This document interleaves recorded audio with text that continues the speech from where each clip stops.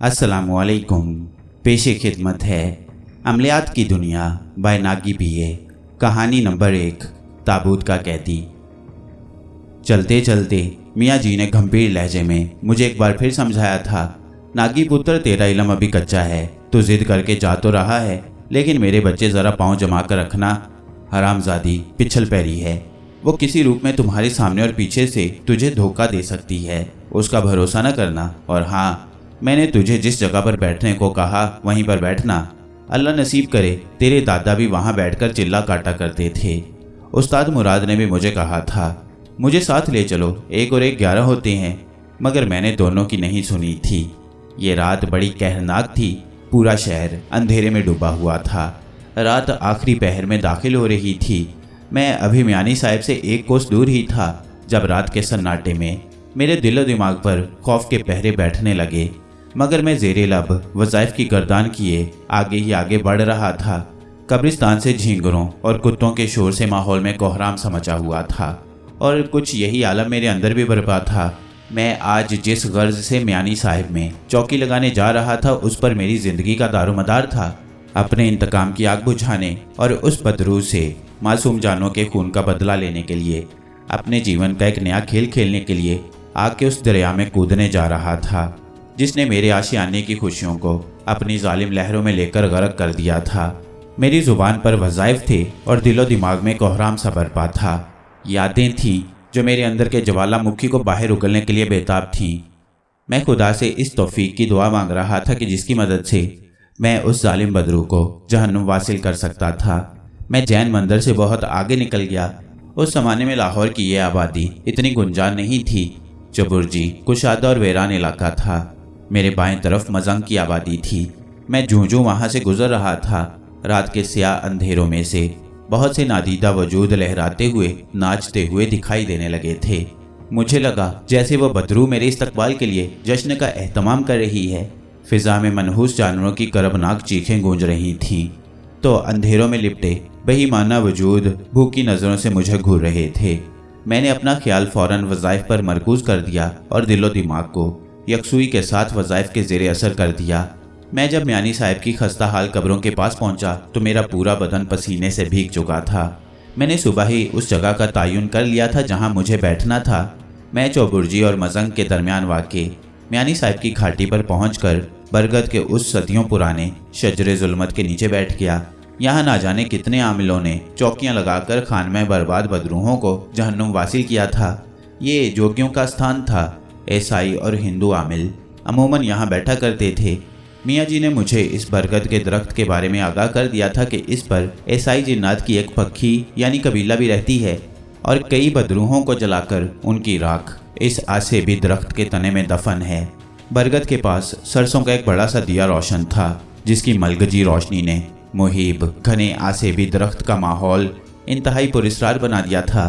बरगद की शाखें नागों की तरह लहरा रही थीं। मैंने चटाई उस दिए के पास बिछाई और अंगीठी निकालकर सामने रख ली। फिर मैंने चटाई और अंगीठी के गिर्द हिसार बांधा और पूरे इत्मीनान के बाद चौकी का सामान निकालने लगा। मैंने 125 मनकों वाली स्याह तस्बीह निकाली और अंगीठी के सुलगते खुशबूदार सहर सोज धुएं पर नजरें जमाकर पढ़ाई करने लगा। अभी मैंने पहली तस्बीह मुकम्मल न की थी कि बरगद के दरख्त पर जैसे भौंचाल आ गया। मुझे लगा जैसे बहुत सारे परिंदे दरख्त के पत्तों में जानकनी के आलम में फिड़फिड़ा रहे हैं और बरगद की आसेबी दुनिया उन परिंदों को निगल रही है और हर जी हिस्स पर मौत को मंदें डाल रही है। शाखें जहन्नुमी शोलों की तरह दीवानावार मेरे इर्द गिर्द लहराने लगी थी और ईसाई जिन्नात की पूरी पक्की पर मर्गे नागहानी तारी हो गई थी। मेरे सर के ऊपर इस कदर क़यामत खेज शोर था कि बरगद का पूरा स्थान उस पहाड़ की तरह लरजने लगा था जिसकी पाताल में आतिश विशां उबलने लगता है तो उस पर कपकपाहट तारी हो जाती है। मुझे खदशा हुआ कि अगर यही आलम रहा तो यह स्थान फटेगा और मैं अपने हिसार समेत इसमें गर्क हो जाऊंगा। एक लम्हा के लिए मेरे रग रग में खौफ उतर गया। अगरचे मैं इससे पहले भी कुछ खतरनाक चिल्ले काट चुका था और खौफ मुझ पर कभी गालिब नहीं आया था, मगर वो लम्हे बड़े पुराशोभ और जाँ गुसल थे। मुझे लग रहा था जैसे मेरे अंदर आरा चल रहा है और एज़ाए कल्ब को अपने खरिंड दंदानों से काट रहा है। बेहद अजियत और खौफ की सलीब पर मेरा बदन लटका हुआ था। इसके बावजूद मैं अपने जहन को खौफ की दहलीज पार नहीं करने दे रहा था। मैं जानता था कि ज़रा सी लग़ज़िश मुझे तबाह कर देगी। जलाली अमलियात की आग मुझे रुई की मानिंद जलाकर राख कर देगी और मैं एक शोला बेआसरा की तरह बुझ जाऊंगा। ये मेरी मजबूत एहसाब की आजमाइश का वक्त था और मुझे बहुत से खौफनाक कातिल लम्हों को सरनिगू करना था। मुझे उस बदरू को तस्कीर करके इबरतनाक मौत से हमकनार करना था जो मेरी खुशियों की कातिल थी, जिसने मेरे अरमानों का खून किया था, मेरे घर को उजाड़ दिया था और जो मेरे बच्चों की कातिल थी। बस मुझे इस इम्तिहान से सुरखरू होना था। बरगद के स्थान पर कपकपाहट बढ़ती जा रही थी। कुछ ही देर बाद बरगद के मकीनों का शोर कम होने लगा। जो जो मेरा अमल तेज़ हो रहा था, स्थान का लर्जा बढ़ता जा रहा था। चंद ही लम्हों बाद मुझे एहसास हुआ जैसे कोई भारी भरकम वजूद धप धप करता हुआ मेरी तरफ बढ़ रहा है। इसके साथ ही पूरे माहौल में काफूर की मिली जुली नागवार सी बू फैल गई और पूरी फिजा पर बोझलपन सा तारी हो गया।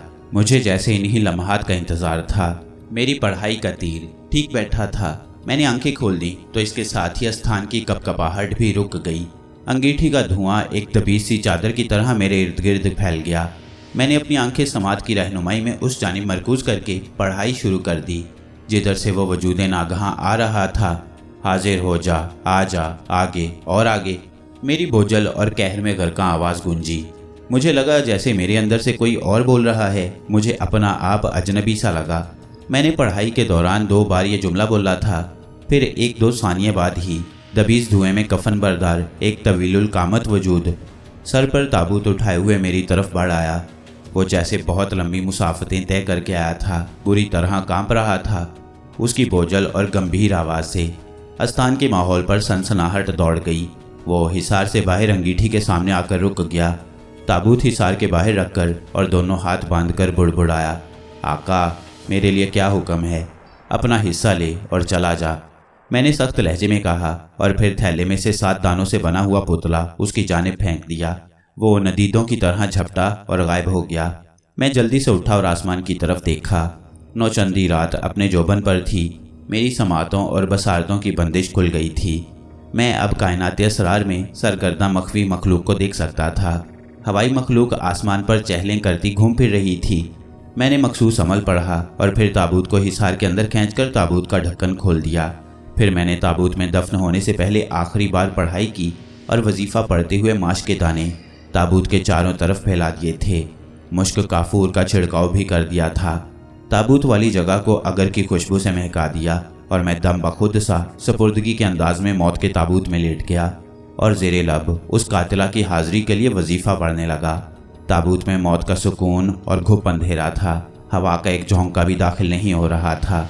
लेकिन अजीब बात थी कि मुझे ऑक्सीजन की कमी का एहसास नहीं हो रहा था। एक अजीब सी मसरूर कुन खुशबू मेरे जहन पर मुसल्लत हो रही थी और रगो पै में लज्जत आमेज सनसनी फैल रही थी। मेरी समात और जहन में इंतज़ार की घड़ियां बज रही थीं। ठक ठक ठक दिल की धड़कन साफ सुनाई दे रही थी। मुझे लगा कि मैं जहाने असरार में खो गया हूँ। मेरी आंखें तो पहले ही बंद थीं, लेकिन एहसाब की सारी हिस्सियात बेदार थीं और किसी मुतवक्का खतरे के गले मिलने के लिए मुझे तैयार किया जा रहा था। मुश्क काफूर की महक तेज़ रफ्तार हवा के झोंकों की मानिंद ताबूत में गर्दिश कर रही थी। लम्हे सरक रहे थे। दिल की धड़कन की सदा आहिस्ता आहिस्ता दूर होती जा रही थी। यूं लग रहा था जैसे आवाज़ मादूम हो रही है और मेरा बदन खुशबुओं का गुबार बनकर गहराइयों में गिर रहा है। मुझे चिल्ला के तकाज़ों के मुताबिक किसी किस्म के खौफ में मुब्तला नहीं होना था और ना ही हरकत करनी थी। ये खुद सुपुर्दगी का अमल था। मैं ख्वाबो ख्याल की दुनिया में उतर गया था। मेरे जहन से तारीकी की चादर सरक गई थी और खुला आसमान अपनी ताबनाकियों के साथ फैला हुआ नजर आया। पूरी कायनात के असरार के कुफल जैसे खुल गए थे। मैं फिजाओं में तैर रहा था, मगर पढ़ाई का अमल फिर भी नहीं रुका था। एक खुदगार तरीके से ही एक तरफ को बढ़ रहा था। मैं जिधर से भी गुजरता हवाई मखलूक के बदवज़ा बदसूरत वजूद हैरत और इस्तजाब से मेरी तरफ देखते, लेकिन मेरे पुर्राक वजूद की रोशनियाँ उन्हें मुझसे दूर कर देती। 1-2 बार कुछ शरारती वजूद मुझे छूने और डराने की खातिर मेरी तरफ लपके भी थे, लेकिन जो ही वो मेरे पुर्राक की लहराती तिलिस्माती रोशनियों के करीब आए, उन पर अनगिनत से शहाब गिरे और वह इबरतनाक चीखें मारकर लम्हा भर में राख हो गए थे।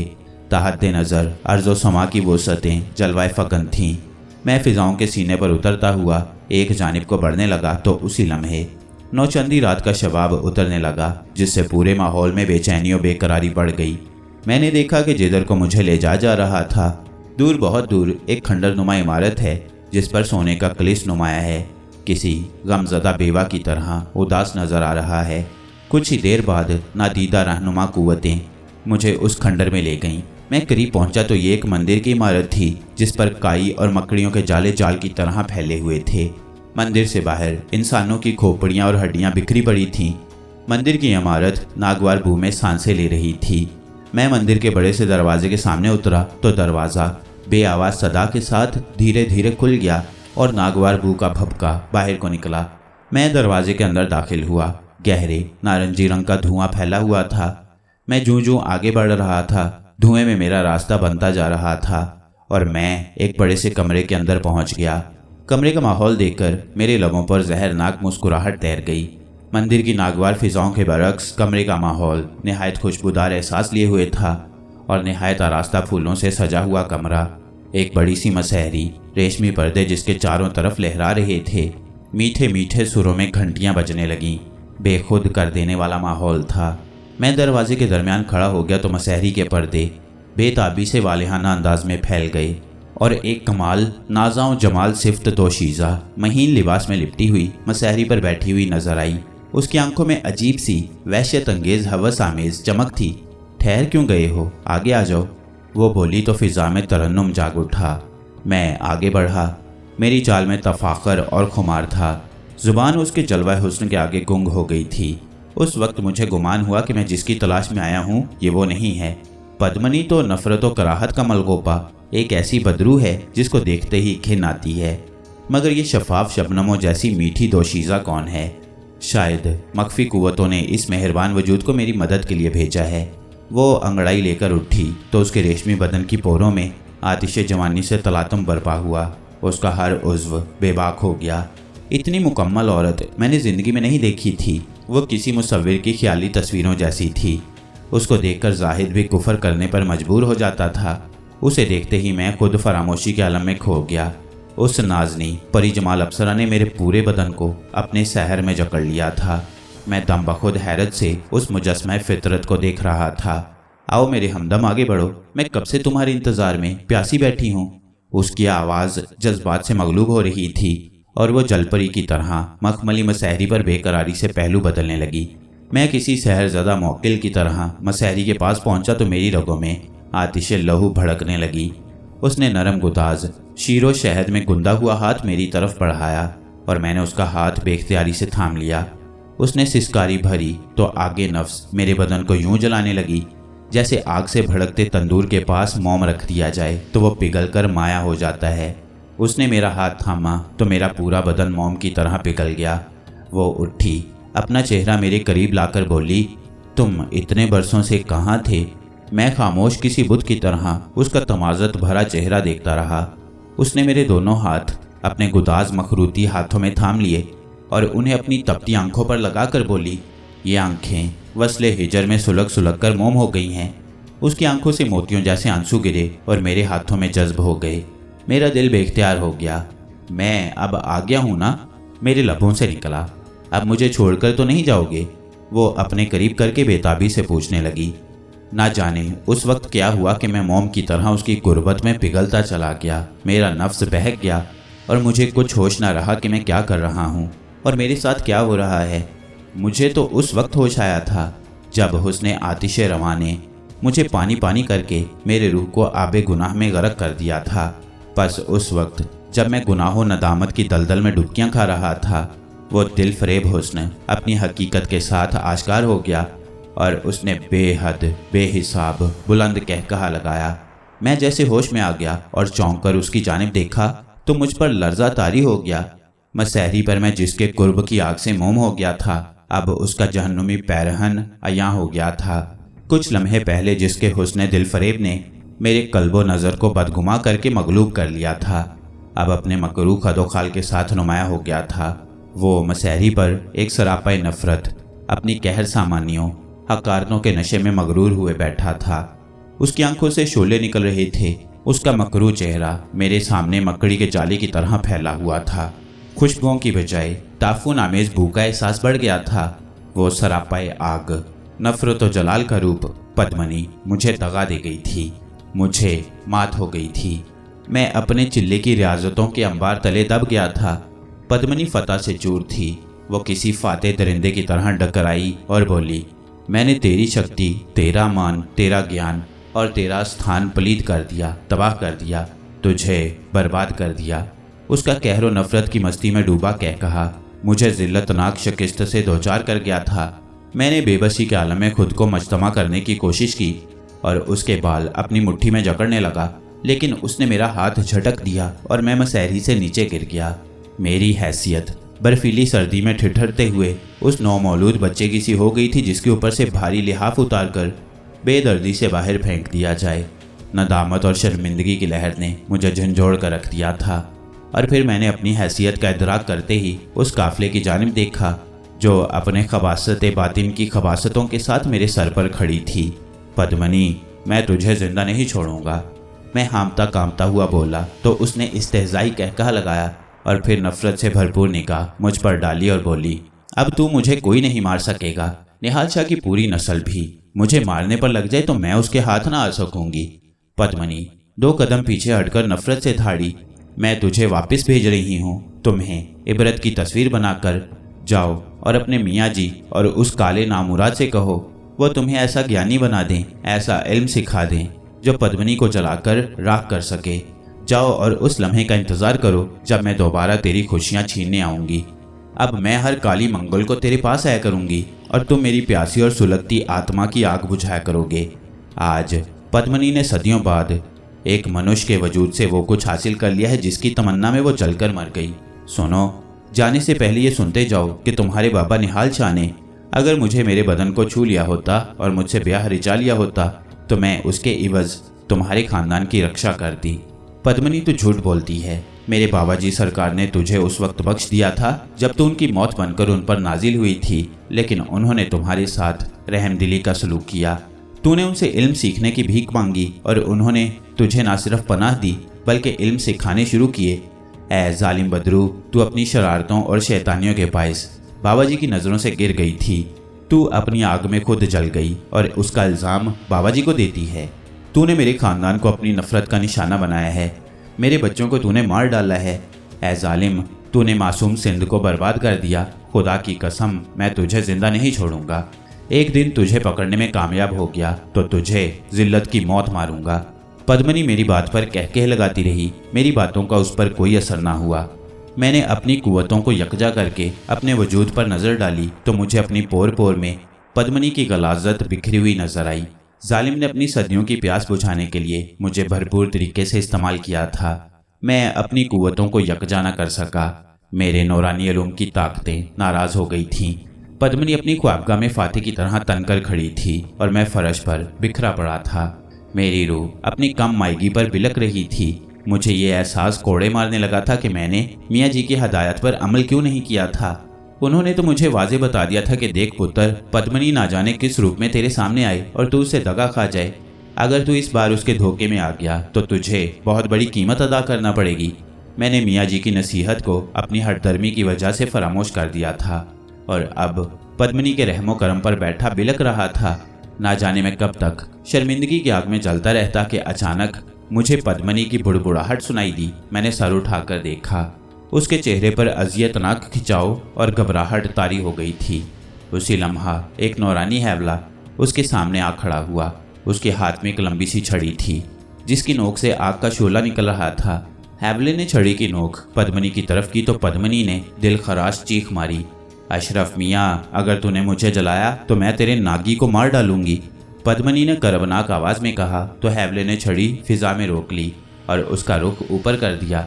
फिर एक भारी भरकम आवाज़ गूंजी, बदबख्त, तूने इसको अपनी गलाजत के जाल में फांस लिया है। आज मैं तुझे जाने दे रहा हूँ सिर्फ इसकी ज़िंदगी की खातिर। फिर दोबारा कभी इसको तंग किया तो उसी वक्त जलाकर राख कर दूंगा। हैवले की आवाज़ में इस कदर दबदबा था कि पद्मनी झिरझिरी लेकर रह गई और आनन फानन नज़रों से ओझल हो गई। बस मुझे इतना याद है कि उसके बाद हैवला मेरी तरफ बढ़ा था।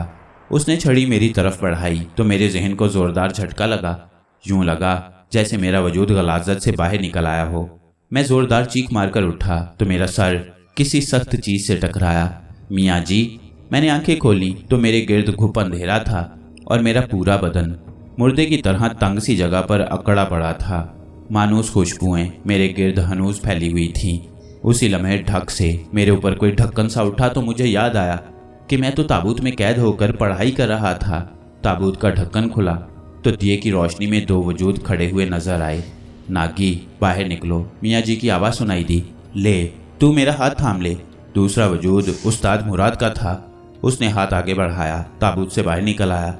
मेरे कांधे पर हाथ रखो, कहीं गिर ना जाना। मुझे बेहद नकाहत महसूस हो रही थी। शुक्र कर जिंदा बच गया है, मियाँ जी गंभीर आवाज़ में बोले। आपका शक सही निकला था मियाँ जी, उस्ताद मुराद ने कहा। इसे बहुत समझाया था कि मुझे साथ ले चलो, मगर इसे अपनी पुरस्कार ताकतों पर बहुत घमंड था। उस्ताद मुराद और मियाँ जी मुझे बड़ी मुश्किल से आस्ताने पर लेकर आए थे। सहरी का वक्त हो चला था, मुझसे तो चला भी नहीं जा रहा था। मैं नीम बेहोश था। उन्होंने मुझे आस्ताने के अंदर लिटाया और मेरे कपड़े उतारकर मेरे बदन पर मुख्तलिफ अमलियाती तेलों की मालिश करने लगे। ये मानूसी बू थी। मुझे याद आया कि बरसों पहले मैंने उस्ताद मुराद को जब इस तरह के तेलों से मालिश कराते देखा था तो मुझे घिन आने लगी थी। लेकिन आज मेरे बदन को पद्मनी की नहूसत से पाक करने के लिए अमलियाती तेल से मालिश की जा रही थी। मुझे याद है कि उस्ताद मुराद और मियाँ जी ने सूरज तुलू होने तक अमलियात और ध्वनियों के जरिए मेरे होश कायम रखने की कोशिश की थी। मियाँ जी ने उस्ताद मुराद से ये कहा था, सूरज फूटने से पहले पहले इसको होश में लाना है। अगर ये बेहोश हो गया तो पद्मनी का खौफ इसके जहन में पंजे गाड़ कर बैठ जाएगा। लिहाजा उन्होंने सूरज निकलने से पहले मुझे मुकम्मल होश दिला दिया। उस्ताद मुराद और मियाँ जी ने पूरा दिन मुझे अपने पास रखा और मुझे अमलियात की पुरस्कार दुनिया की ऊंच नीच से आगाह करते रहे। उन्होंने कहा था, नागी, ये बात हमेशा याद रखना, अंधे जज्बात, गुस्सा और बेशऊरी से आमिल को बचना चाहिए। चिल्ला के वक्त कभी खिलाफे इल्म हरकत नहीं करनी चाहिए। छोटे मोटे इल्म में भी आमिल की गुस्ताखी और बेपरवाही बर्दाश्त नहीं हो सकती। मैं उस रोज़ बेहद संजीदा भी था और मेरा खून भी खौल रहा था। मैंने मियाँ जी से साफ साफ कह दिया था, मियाँ जी, मैं पद्मनी को माफ़ नहीं कर सकता। वो मेरी खुशियों की कातिल है। मैं अपनी जान कुर्बान करके भी आने वाली नस्लों को उसके कहर से बचाऊंगा। पहले तुझे अमलियात की तालीम मुकम्मल करनी होगी। मियाँ जी ने कहा, तुम्हें अलूम पर दस्तरस होगी तो तभी उस हुर्राफा को पकड़ने में कामयाब हो सकोगे।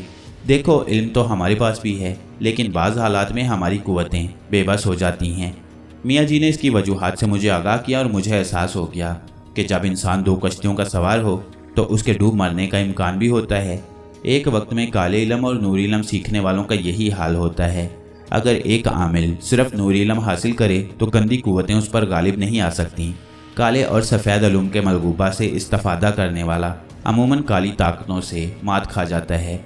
उस रोज़ मैंने फ़ैसला कर लिया कि मुझे अगर बड़ा और कामयाब आमिल बनना है तो मुझे नूरी इल्म पर दस्तरस हासिल करना होगी। मैंने मियाँ जी को अपने फ़ैसले से आगाह किया तो वो बेहद खुश हुए। अलबत्ता रंज के आलम में कहा, काश हमने भी सिर्फ नूरी इल्म सीखा होता। मैं मियाँ जी की बात समझता था।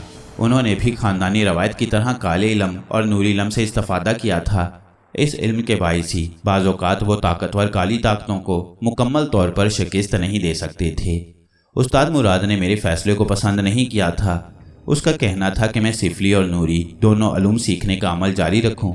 अगरचे उस वक्त तक मैंने कुछ सिफली अलूम भी सीख रखे थे और नूरी अलूम से भी रहनुमाई लेता था, लेकिन एक आमिल कामिल बनने के लिए मुझे एक कश्ती पर सवार होना था। मेरे सामने पद्मनी की तागूती कुव्वतों का एक कोहे गरां था जिसको मैंने गिराना था। फिर मैंने फैसला कर लिया था कि आखिर ऐसी पुरस्कार कुव्वतें हासिल करने का क्या फ़ायदा जिस पर आमिल को पूरी दस्तरस ना हो।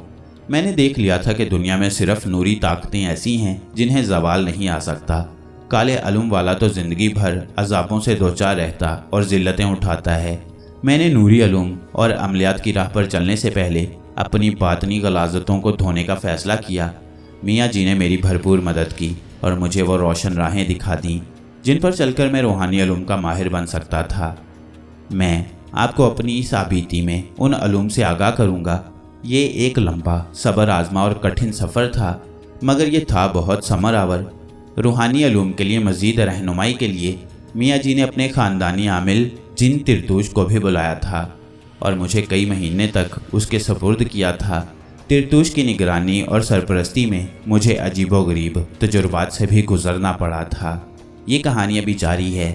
अगर आपको ये कहानी पसंद आई तो वीडियो को लाइक कीजिए और चैनल को सब्सक्राइब कीजिए। मिलते हैं अगली वीडियो में। अल्लाह हाफिज़।